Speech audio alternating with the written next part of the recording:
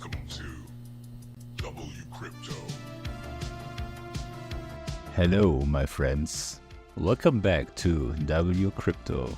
Today, I opened a long position at $99,600 after receiving an entry signal from my long wave strategy on the 15-minute chart.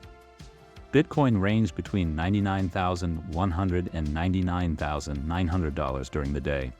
12 hours later, it broke out to $100,300. On that breakout candle, my strategy signaled an exit at $100,200, resulting in a 0.46% gain on spot.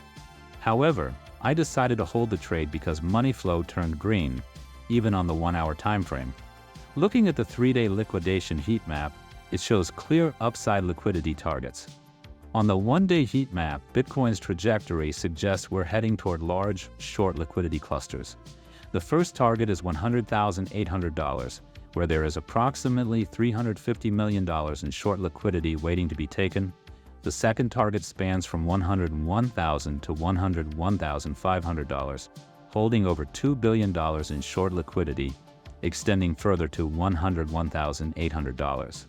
For this trade, my targets are $100,800 and $101,800.